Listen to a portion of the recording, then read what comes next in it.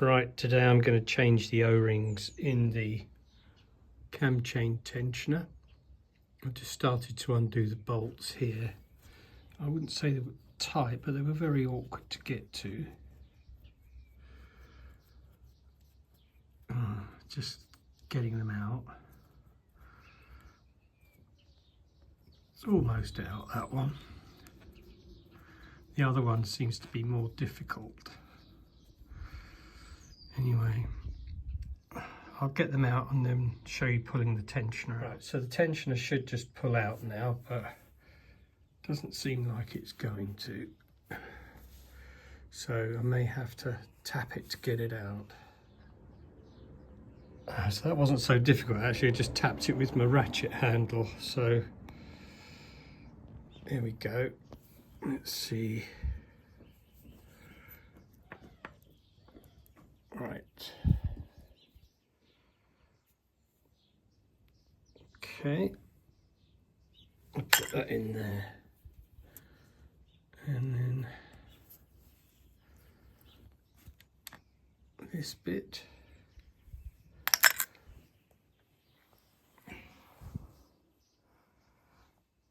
I have to get a light in there to see. Right, so that's what we've got. Okay, so need to change the low ring on there. See if I can get that's better. And then there's an O-ring just here, I think. I don't think there's anything else.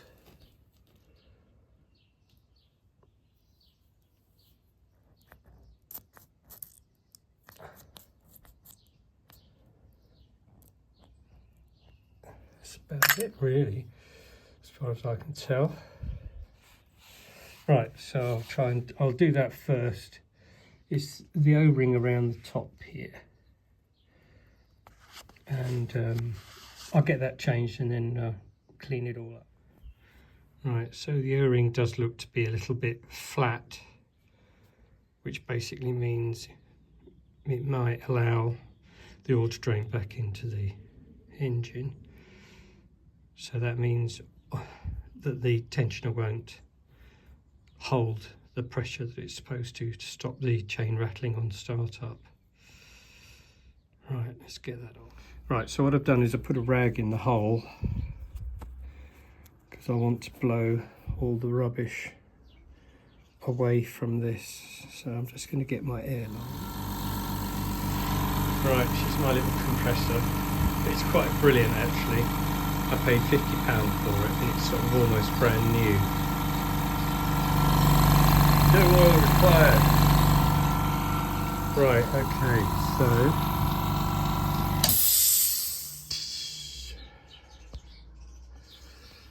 it's not very easy to see this. Anyway, let's see what we can do.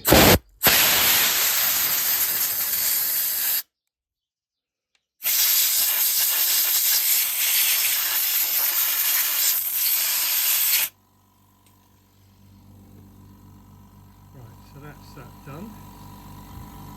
Should be better. And then we change the O-ring. Okay, so I've now taken the gasket or seal off, whichever you like to call it. These two are the new ones. This is the older one. So you can see a slight difference in them. So very nice chap off of the K series Facebook page very kindly sent me this and the instructions and a spare set, which is really handy. That's very kind of him. They came from Seattle, would you believe? Anyway, so this is the seal we're going to put on. Put it onto there, and then we'll pop it all back in. Okay, so the seal from here is out. and left one is the old one, this is the new one, so I'm going to pop the new one back in now.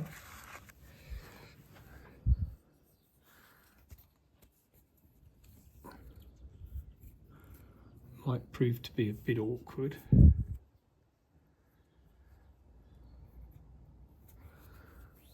I think it's almost there. I think it goes in a recess. There we go. I'm going to smear some oil around it, make sure it slides in nicely. And the other one is on. So we're ready to put it back. I can't do it with one hand, so I'm going to have to show you after. Right, so that's the plunger inside there. And now we've got to stick the tensioner in. There's enough oil around that, so that's okay. So pop that. Not good at doing this with a phone. So we wiggle that in, and then we've got to push that down and then tighten it up. Oh yeah. Back in a minute. Right, so there we go. That's the tensioner oil seals changed and been put back in. We'll just clean that up and then we'll give it a start. It's bound to rattle at first because there's no oil in it, but if we just sort of blip the start, it should pump into it and it should be okay. So let's just do that. Turn the key on.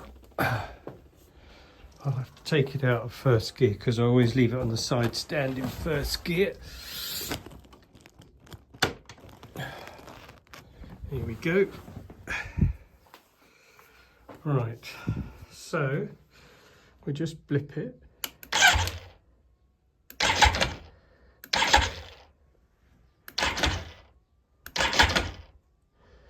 And then we go for gold.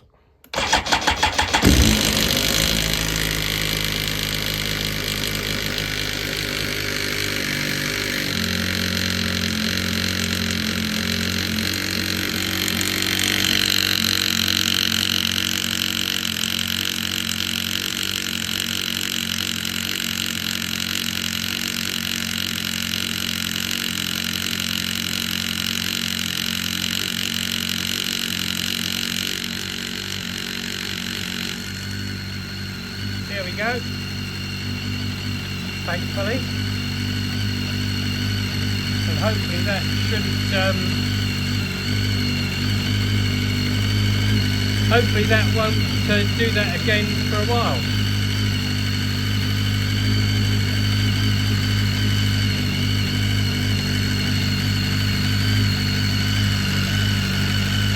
Another job done.